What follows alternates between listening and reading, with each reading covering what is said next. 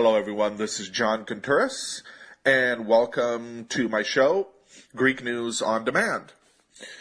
Today, I have a lot to talk to you about all the latest developments that have been going on in Greece, because these developments are really crucial and will determine basically Greece's financial fate within the coming months.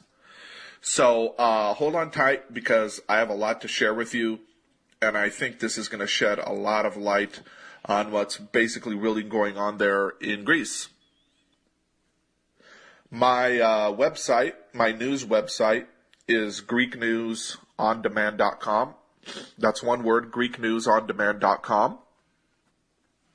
And there you can find a lot of interesting and crucial information about the Greek economic crisis.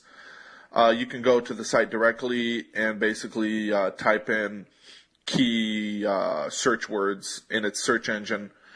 I recommend to go straight to Google and type in Greek News on Demand or GreekNewsOnDemand.com. And then after that, you can put in words like Greek economic crisis, or Greece and IMF, or the Greek debt, or any of these other buzzwords that have been used in the media. And basically, there will pop up a lot of interesting articles that we have in English for all of our English readers. We publish mostly in Greek, but we also publish a lot in English. And we do that because it's really important. I will be redesigning the site very soon, and it will be totally readable for both Greeks and for the English-speaking world, because we want to make this basically the number one voice about what's going on in Greece to the English-speaking world. Today, I'm going to focus on something really important that just took place between Greece and the IMF. And that has to do with the fact that Wikileaks just released some really interesting conversations of two top IMF officials about what's going on in Greece. And what I'm going to do is refer first to a Wikileaks website, wikileaks.org, in an article that they published about this. Now, these leaks took place on the 19th of March this year. And immediately there was just a huge buzz over all of this because of the contents of these leaks, which we'll get into. But I'm going to refer to an article from wikileaks.org from April 2nd with the title, IMF Internal Meeting Predicts Greek Disaster, quote-unquote, Threatens to Leave Troika. So this is written by Julian Assange. And let me basically just read a few excerpts. Today, April 2nd, 2016, WikiLeaks publishes the records of a March 19th, 2016 teleconference between the two top IMF officials in charge of managing the Greek debt crisis.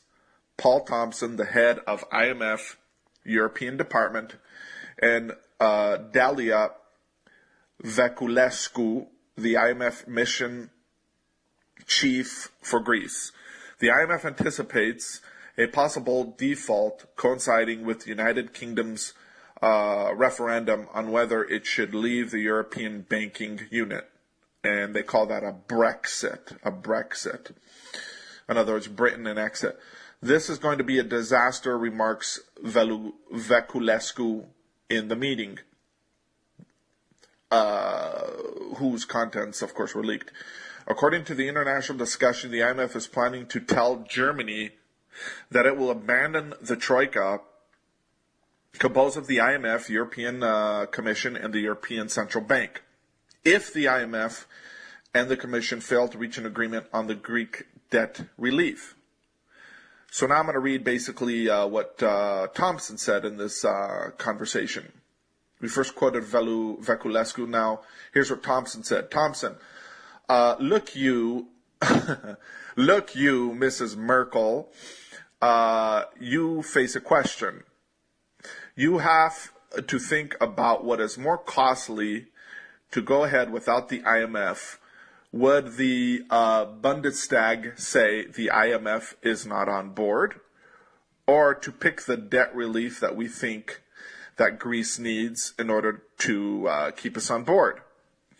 Remaining in the Troika seems an increasingly hard sell internally for the IMF because non-European IMF creditor countries view the IMF's position on Greece as a violation of its policies elsewhere of not making loans to countries with unsustainable debts. Okay, so let's stop right there. So basically, the IMF, through these leaks, is telling Germany that it's going to basically leave the Troika for good if the IMF and the European Commission basically can't reach an agreement basically on Greece. So this is something, of course, that has been waging and going on between these two sides for a long time now. So we continue with the article. In August of last year, 2015, the IMF announced it would not participate in last year's 86 billion euro Greek bailout, which is covered by EU member states. IMF chief Christine Lagarde stated at the time that the IMF's future participation was contingent on Greece receiving, quote, significant debt relief, end quote, from creditors. Lagarde announced that a team would be sent to Greece, headed by Voiculescu. Thomas said internally that the threat of an imminent financial catastrophe is needed to force the other players into a, quote, decision point, end quote, for Germany on debt relief, and in the case of Greece, to accept the IMF's austerity, quote-unquote, measures, including raising taxes and cutting Greek pensions and working conditions. However, the UK referendum in late June of this year, 2016, will paralyze European decision-making at the critical moment. So basically, just to comment on this last part, the IMF, hasn't not been participating in the recent bailout package that Greece received from last August. But what's really key amongst the conversations of Thompson and Voiculescu from the IMF is that basically Thompson tells Voiculescu that the threat of an imminent financial catastrophe is needed to force the other players into a decision point. So what is he saying here? What he's saying here is basically something that is nothing new. In other words, this is the way that the elite work. They work by contrived crises. They work by forged or contrived or made up wars in order to basically advance their agenda. This is nothing new. He's straight out saying here that they need to create a financial catastrophe in order to get all the players to basically come to a decision point. In other words, the European Central Bank, Germany, and the IMF, etc. About Greece, of course. So the issue that the IMF has with Germany right now is basically they want Germany to accept the IMF's austerity measures because the IMF right now is demanding at least 5.4 billion more in austerity measures, and then after that they want to demand another 1.8 billion in.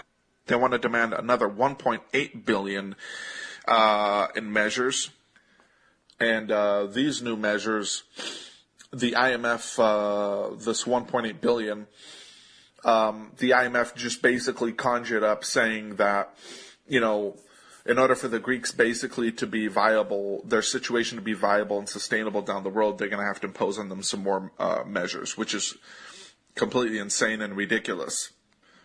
So again, these new measures have to do with raising more taxes for the Greeks across the board, and of course, cutting Greek pensions even more.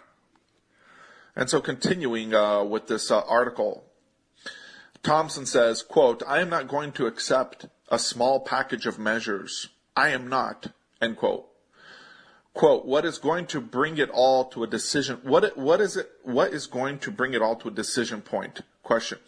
In the past, there has been only one time when the decision has been made, and then that was when the Greeks were about to run out of money, and seriously, seriously, and to default. And possibly this is what is going to happen again. In this case, it drags on until July. And clearly the Europeans are not going to have any discussions for a month before the Brexits, end quote. Last year, Greek Finance Minister Efklidis Tsakalotos accused the IMF of imposing, quote, draconian measures, end quote, including on pension reform. While Valculescu concedes in the meeting that, quote, what is interesting, though, is that Greece did give in. They did give a little bit on both the income tax reform and on both on the tax credit and the supplementary pensions, end quote. So basically, continuing with this article, Thompson, in these leaked memos, in these leaked conversations that he had with the IMF chief in Greece, Dalia Valculescu, what he's saying is that the Greeks are not even getting close to coming around to accepting their views. But Valculescu argues that if the Greek government gets pressured enough, they would. But they don't have any incentive, and they know that the Commission is willing to compromise. So basically, that is the problem. That's the problem for them.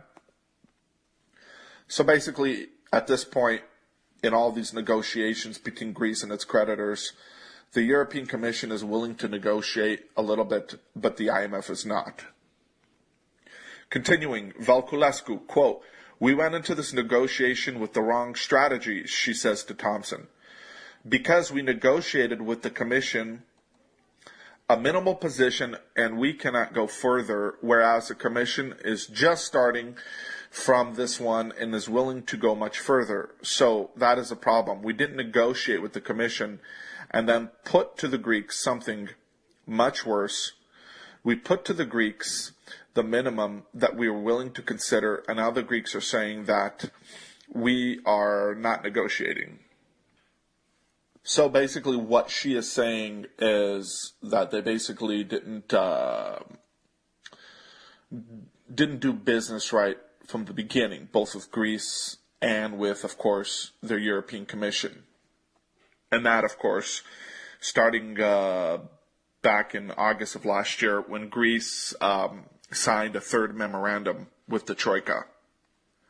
Continuing with this article, while the Commission insists on a primary government budget surplus, which is total tax minus all government expenditure excluding debt repayments, of 3.5%, the IMF thinks that this target should be set at 1.5% of GDP.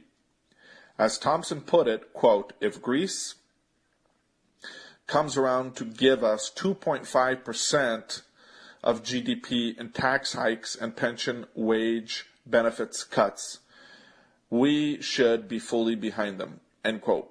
Meaning that if the IMF would, in exchange for this fresh austerity package, support the reduction of the primary surplus target imposed upon them from the 3.5% that the European Commission insists on to 1.5%. So basically all the IMF is saying is that by 2018, if Greece can achieve a primary surplus of 1.5%, that would be great. And they would accept that. But the problem is that Greece would have had to have already agreed, meaning starting now, in April of 2016, to much more austerity measures. That's the trade-off here. Or else, basically, the goal for the primary surplus by 2018 would have to be basically a higher percentage. So basically, in a nutshell, WikiLeaks was able to pull off basically, obtaining these conversations between Thompson and Voiculescu, which clearly indicate, and here's the kicker, here's the point, that basically the IMF has in the works a plan by which to basically force Greece into bankruptcy, is really what they're getting at. Because in the whole, if you read basically all of these memos, all of these conversations between these two IMF leaders, you'll see basically that they're fed up with the situation, and that in order to basically just deal with Greece, they might force them into bankruptcy.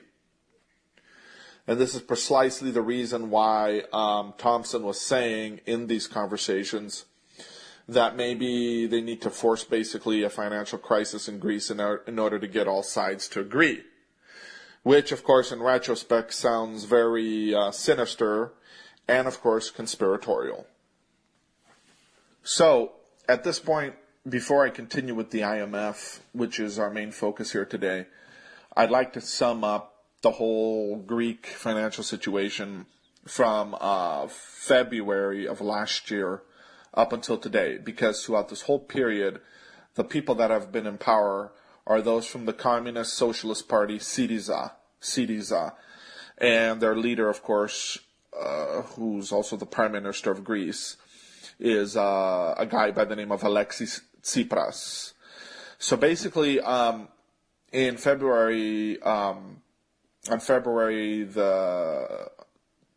20th of February of 2015, in order for Greece basically not to shut down its banks for fear that people would go and rush and take out their deposits, they signed basically a new agreement with the Troika.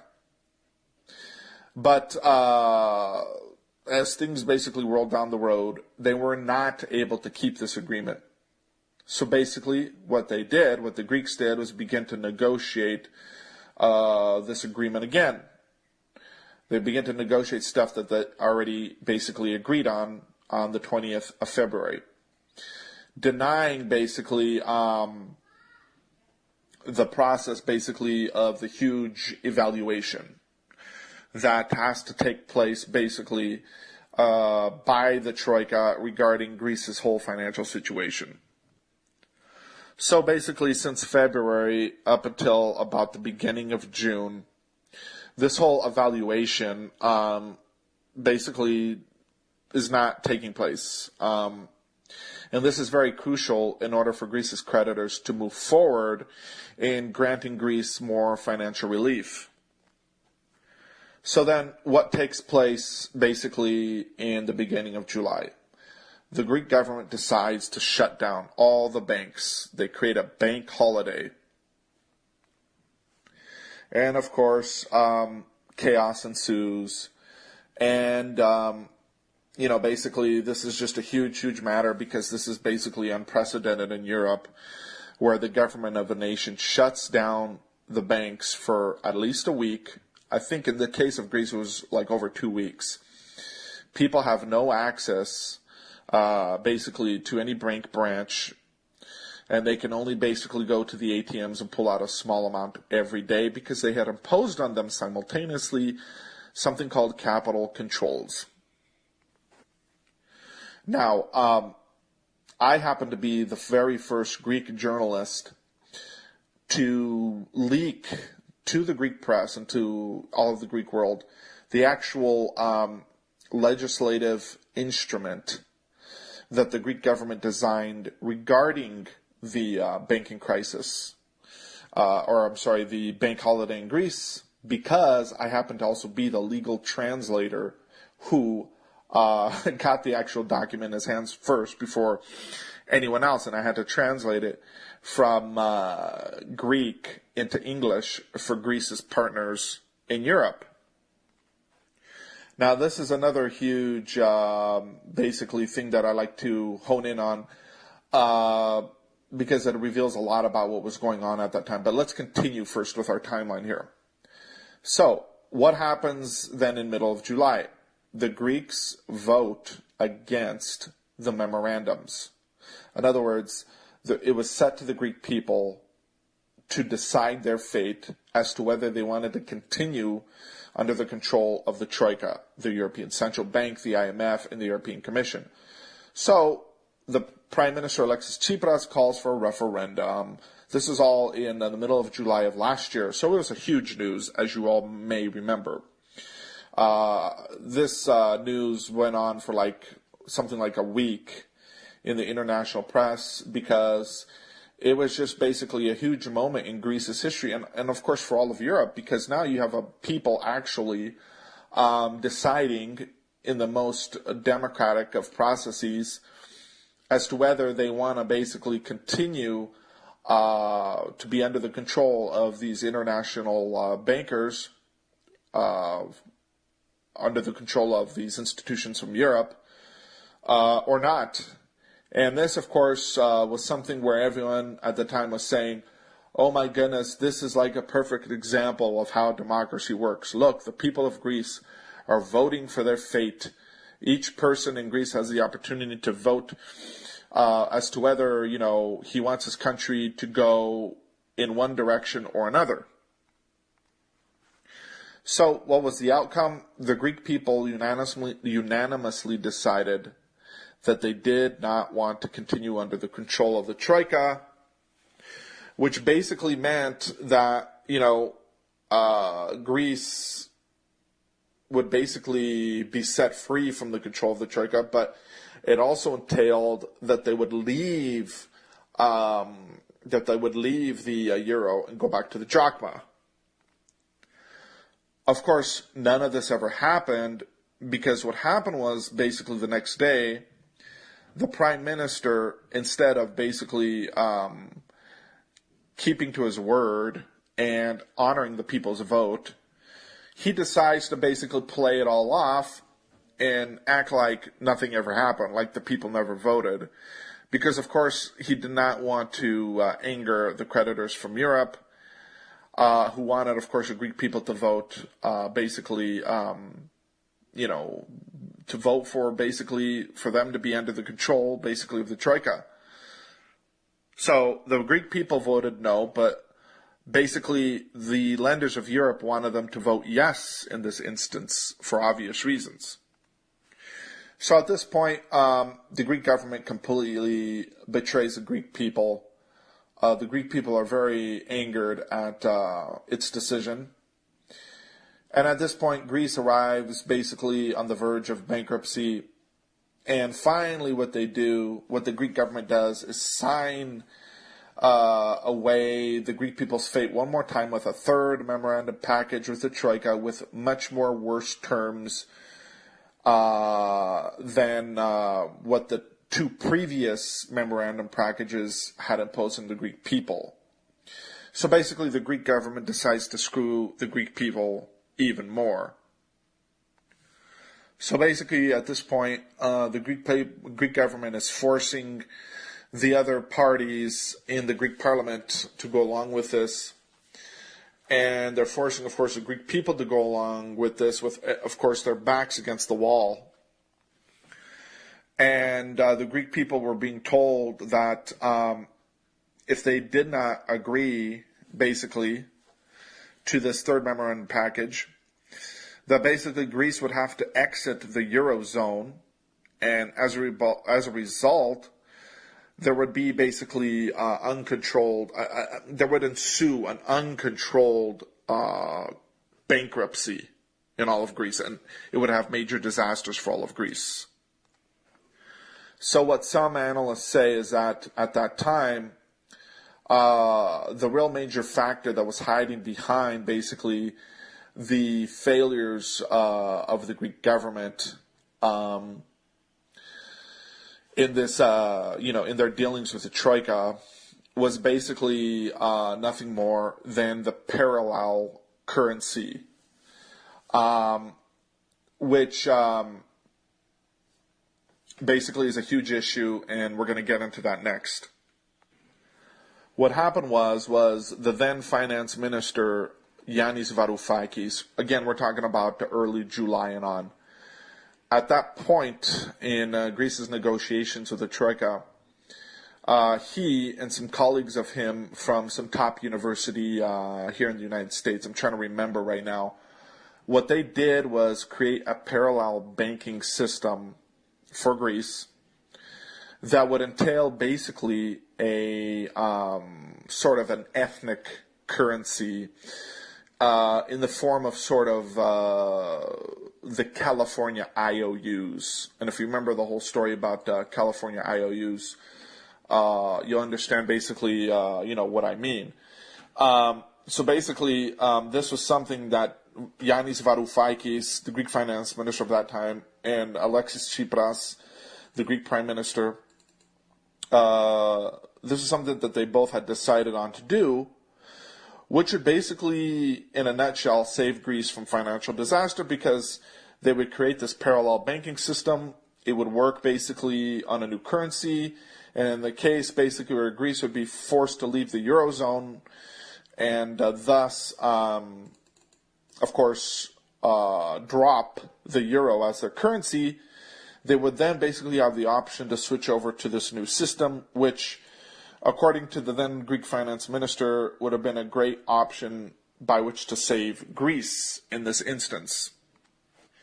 So, finally, the Greek prime minister decides not to do it, and as a result, he's pressured basically to get rid of Yanis Varoufakis. And this is a huge issue, because Yanis Varoufakis apparently was forced to basically leave at this point, to leave the Greek government entirely, to leave the finance ministry entirely. So as you all know, Yanis Varoufakis was a very flamboyant Greek finance minister. He became very popular. He gained rock star status. But the problem with him was that he was very liberal. He espouses Marxist ideologies, and he was also a major fan of George Soros and his banking policies. So basically, Yanis Varoufakis was one of these elitist economists who basically believes in a financial new world order, who believes in the full integration of Europe and all of this mumbo-jumbo. He became an associate of George Soros back around 2011 and has had basically contacts with him, has been in high-level meetings with him, and things of that sort. But the paradoxical basically about this whole situation that transpired in about August of last year, where Alexis Tsipras is forced to basically get Yanis Varoufakis to resign, is that the person that was behind all this was George Soros himself, which seems odd because Yanis Varoufakis was always basically on the side of George Soros and what he basically does as a banker, and basically his policies, basically he agreed with his policies, financial policies for all the nations of Europe. But what happened was around early August of last year, there was a reporter from a certain well-known news site in Greece who was sitting in the Greek parliament during a session of parliament, and he basically was in the stands because, inside the Greek parliament, people can basically go sit in the stands that are above basically the whole area where the Greek members of parliament sit, and they can observe what's going on. So a reporter has a very powerful high-scope camera, and he was able to basically zoom in on Yanis Varoufakis' telephone screen, his cell phone screen, and basically capture a text message he was sending to a financial associate of his. And basically, Yanis Varoufakis is typing on the screen basically the following. He's telling his friend, in other words, the following: George Soros right now is pressuring Alexis Tsipras to get rid of me, is what he said on the screen. which was basically, just shocking because, when do you ever get an opportunity, basically as a journalist, to basically find out something as conspiratorial as this? This in itself, this of course was published everywhere. But this in itself, though, proves beyond a shadow of a doubt that, yes, there is a conspiracy basically that's going on against the Greek people, and George Soros is behind it. This also confirms how George Soros is behind the destruction of at least the financial destruction of nations around the world, on behalf, of course, the Rothschilds and all of his top associates. So here we have the Greek finance minister typing on his cell phone screen this text message where he's saying that he fears that George Soros is basically using the prime minister of Greece to get rid of him. And of course, eventually that's exactly what happened. And basically Yanis Varoufakis is forced to resign basically because, he did not want to basically go along with the whole agreement with the Troika. He basically wanted to do things on his own terms. He created a lot of friction. He had created this parallel banking system, as I said before, and so on and so forth. He wasn't really for leaving the Eurozone, but he was basically for creating a certain type of a currency that would basically sort of be a national currency like the drachma was, but it would also have its basis, though, it would be also pegged, though, to the euro. So let's continue quickly with our timeline before we get back to these leaks from Wikileaks. So basically, Greece at this point, and on up until now, has not kept all the terms of the third memorandum that they signed in August of 2015. So several disastrous things take place in between this period. Greece basically sells off its largest banks for pennies on the share. They allow American banks like Chase and Bank of America and big type European banks to basically come into Greece and buy out Greece's biggest banks, but they do it for pennies basically on the dollar, for pennies on the share, which is a complete crime against the Greek people. And I've written about this. My colleagues in Greece have written about this. And this is something that has really damaged Greece and, of course, its economy. And this itself is a conspiracy against the Greek people. This should never have happened. The Greek government then basically sells off 14 of its major airports across Greece to a German company called Fraport, which is just completely insane. And this was all basically being talked about last year, and last year the Prime Minister, Alexis Tsipras, said he would never do such a thing. But lo and behold, about a month ago, he does it. And this is just beyond, national treason. This is beyond anything that is just on the level of treason. This is just insane to sell off Greece's 14 airports, which they did not need to do. And the terms that Greece received too with this German company was not even all that great either. They're not even going to get that money basically from this whole deal, either up front or basically in residual revenue. Greece also during this time sells off its biggest lottery company. During this whole time, Greece has not been able to finish the evaluation of its whole economic financial system, which again is a huge role in order for Greece to get more financing from the Troika. The evaluation plays a huge role in all this. So Greece still is negotiating what they already agreed upon back in February 20th of 2015, like I had stated earlier. So Greece technically is still under the second memorandum, although they've signed a third memorandum whose terms, of course, they've not been able to keep. And right now, what we're trying to do is, of course, expose the IMF and get rid of the IMF. It's said right now that Greece was the one that basically did the whole thing with the Wikileaks. In other words, it was the Greek intelligence that basically got these leaks, and they leaked them to Wikileaks, and in return, Wikileaks basically publishes them on their website. So basically, this is a huge issue, which we're going to get back to in a little bit. But let's continue here.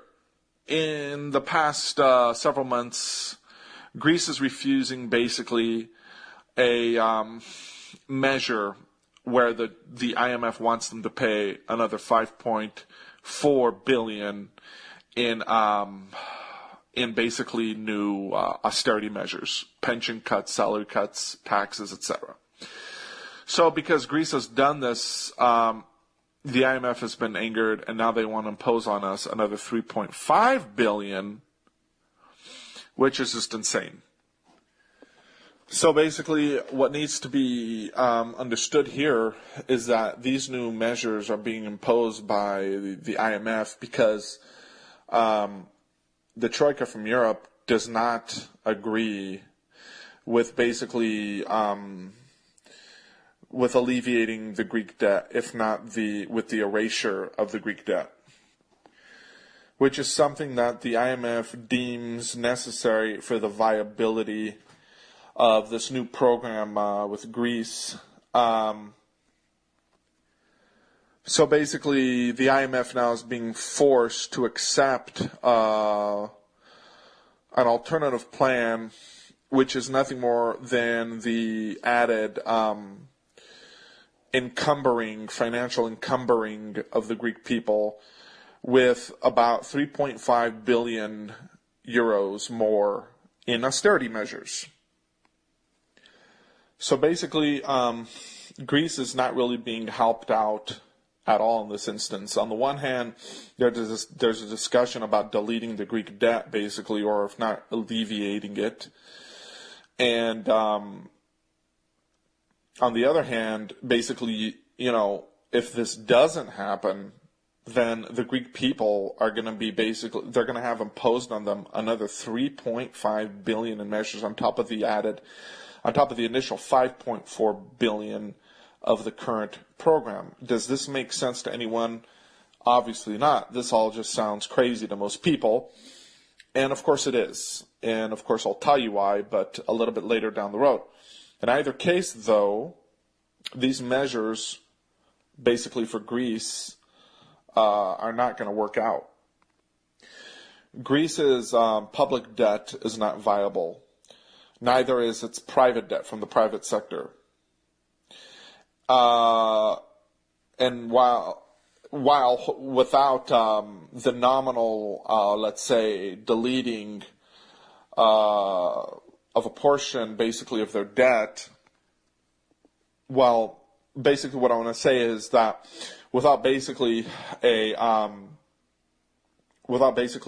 deleting of a portion of both of these debts from the private and basically from the public sector, in effect, Greece basically does not have a future.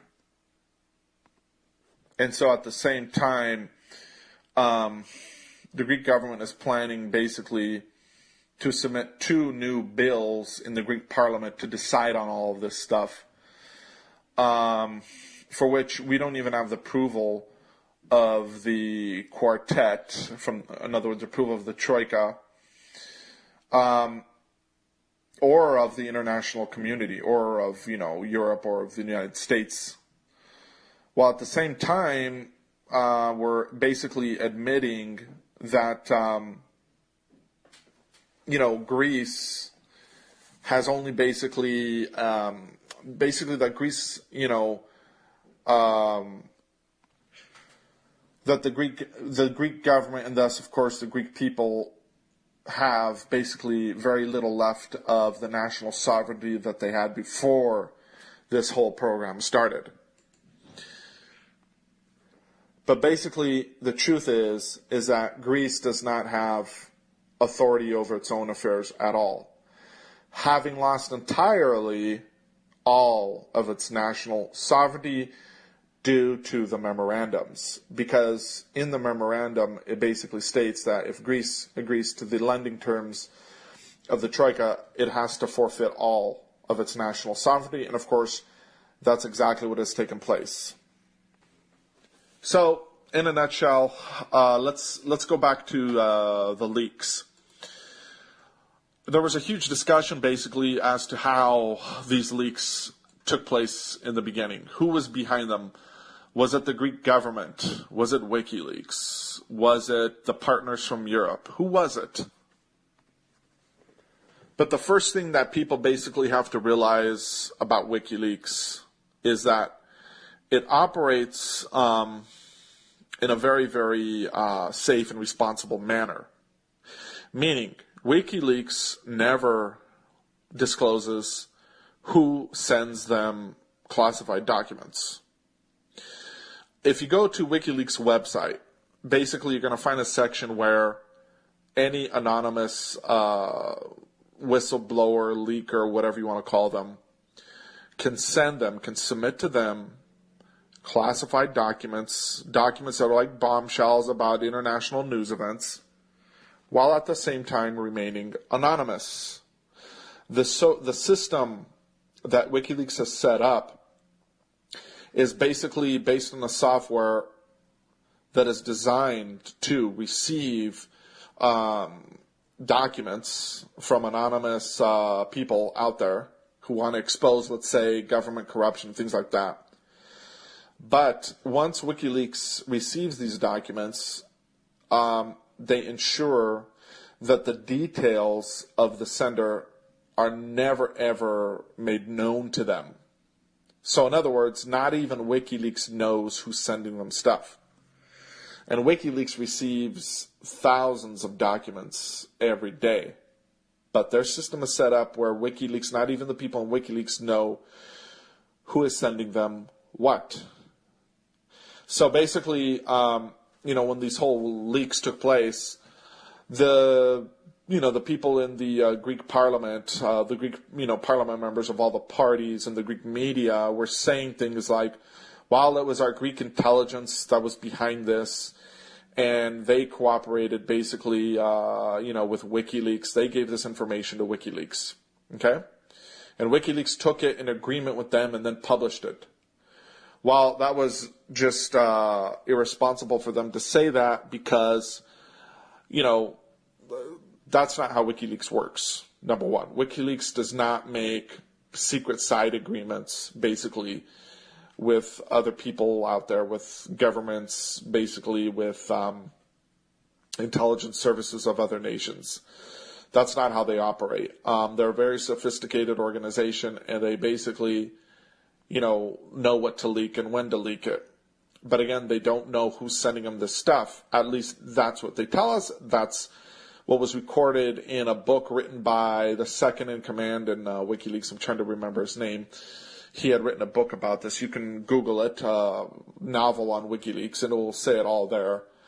Of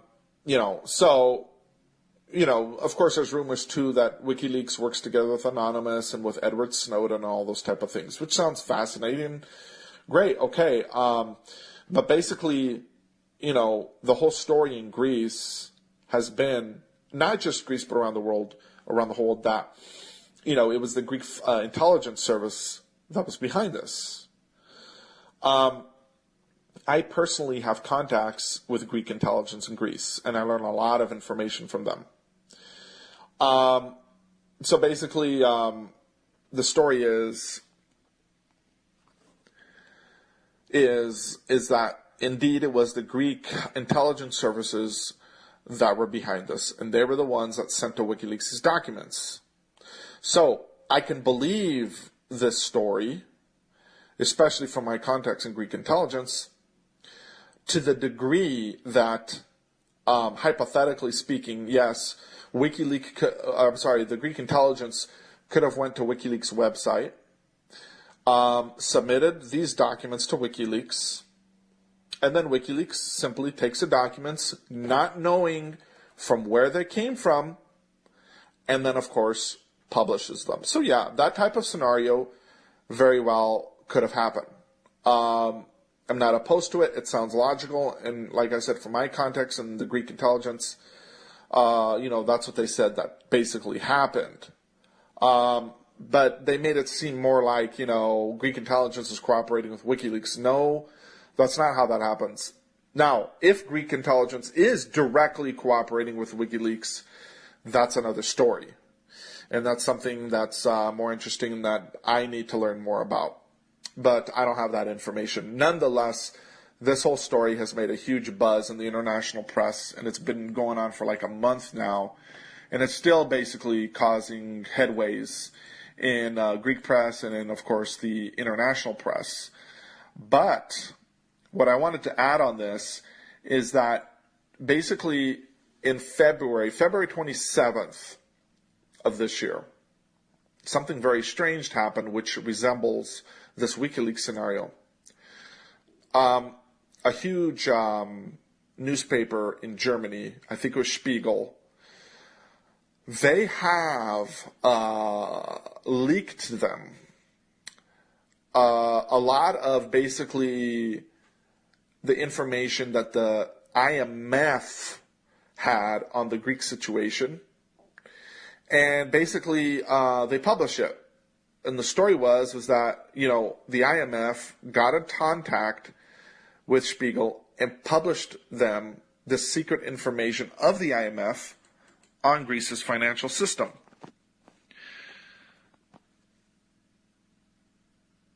So basically, let me explain now basically how this works.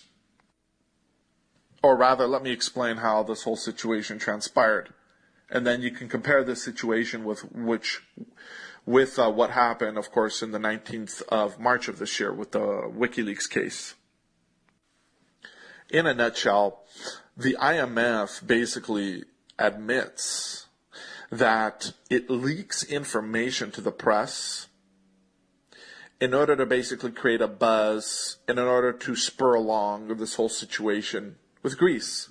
So back in February of this year, the IMF was already admitting that they leak their own information to the press about what's basically about their dealings basically with the Greek financial situation. So take this now and compare it with the situation that occurred in March 19th of this year with the WikiLeaks case. Could this mean, in other words, could this mean that the IMF already back in February of this year was basically prefacing us, preparing us basically, to basically accept or basically, warn us basically, or foretell us that basically they would be the ones behind the WikiLeaks case in March too? In my opinion, I think so. Because the fact that they had already leaked some major information back in February of this year to this German paper, Spiegel, Der Spiegel, I believe it was, about Greece's financial situation, is enough for me to conclude that they too were behind these leaks basically back in March of this year, which was just about a month ago. Because they basically already admitted that they're behind these major leaks. They admitted this in February. So what would preclude us basically from, exclude us or preclude us from believing that they were behind these leaks too in basically March of this year? Now, how did I find this out? That they had sent this information to Der Spiegel back in February of this year, while I was just combing through some of my own articles that I had published on my blog, GreekNewsOnDemand.com, and I found it. So, what does this mean? Was the IMF behind these leaks in cooperation, basically, with WikiLeaks? To go to that conspiratorial degree, I don't know. Some people say, for example, that Julian Assange is nothing more than an agent of the New World Order, and he's just basically there to play his role, make us all think that he's some hero with what he's doing. What I can believe is the following scenario, that the IMF itself took these documents and leaked them basically, in other words, their own conversations between Voiculescu and Thompson, and simply put, they submitted them to Wikileaks. They made them anonymous, in other words, and they submitted them to Wikileaks. Now, up until this point, Wikileaks, of course, has taken full responsibility for these leaks. And they're not saying, of course, who gave them to them, because, again, Wikileaks never, ever publishes their sources. So, it could very well be that it was the IMF itself back in March of this year, March 19th, that sent the conversations of Thompson and Voiculescu to WikiLeaks. And then, of course, the day after, let's say, WikiLeaks finds them in their inbox, in their system, and is like, wow, here are some conversations between two high-level IMF people from, that are dealing with Greece. And, these sound very interesting, so I think we're going to publish them and make headlines about this. So, in my opinion, that's exactly, what happened. The Greek intelligence, I do not believe, was behind this. Some people in Greek intelligence tell me that they were. I don't believe this. And there's other reasons why. But what I do is basically I follow a paper trail. I follow basically the facts, even though basically I am connected with members of Greek government and Greek intelligence. So basically, the IMF,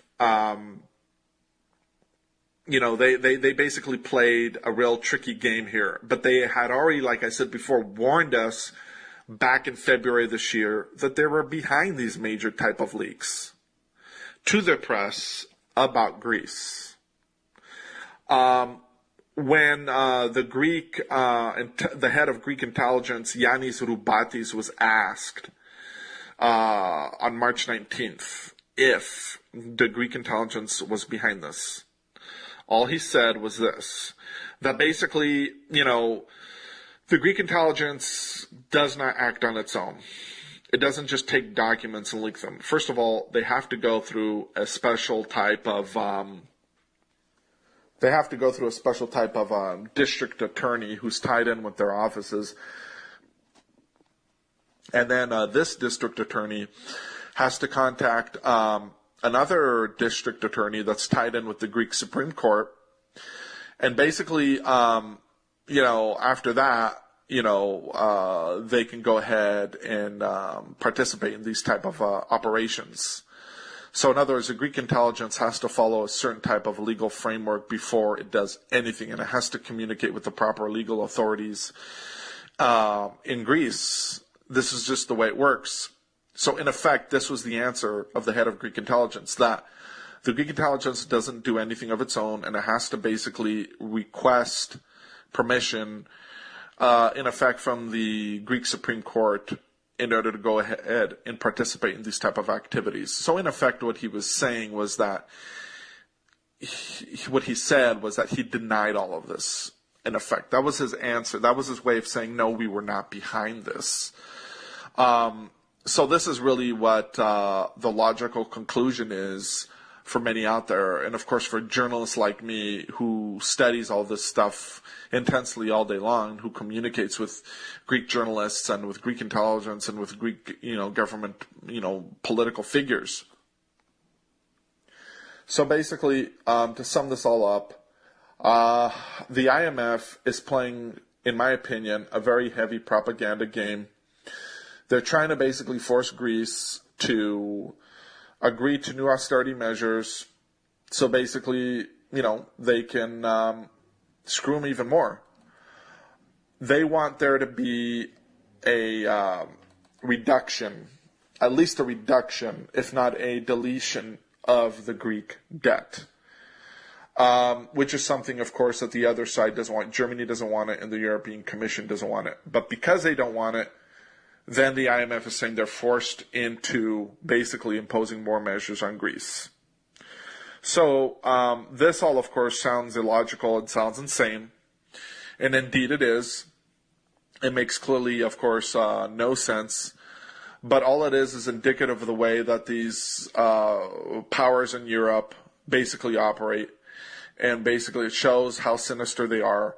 And, of course, if you read John Perkins' book, Confessions of an Economic Hitman, which was a New York Times bestseller, you'll see that the IMF is nothing more than a New World Order criminal organization that's used to basically go into poor countries to offer their leaders lending.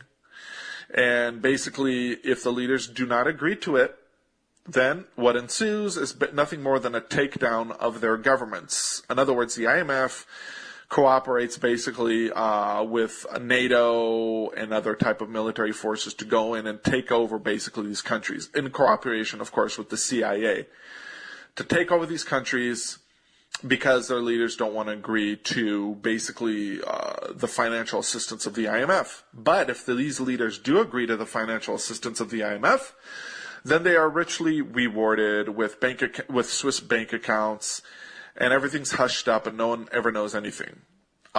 This book, John Perkins' book, is very exciting, and it gives a lot of detail because he himself was an economic hitman for basically the IMF. He was an economist that went in on behalf of the IMF and basically negotiated these deals with these leaders. So he knows a lot, and he confirms basically the way that, of course, the IMF works. And, basically the IMF wants to load up these countries with all this money that these countries cannot basically handle, and then they get into debt, and then basically the IMF says, we don't want you to pay us back. That's okay. Don't worry about paying us back.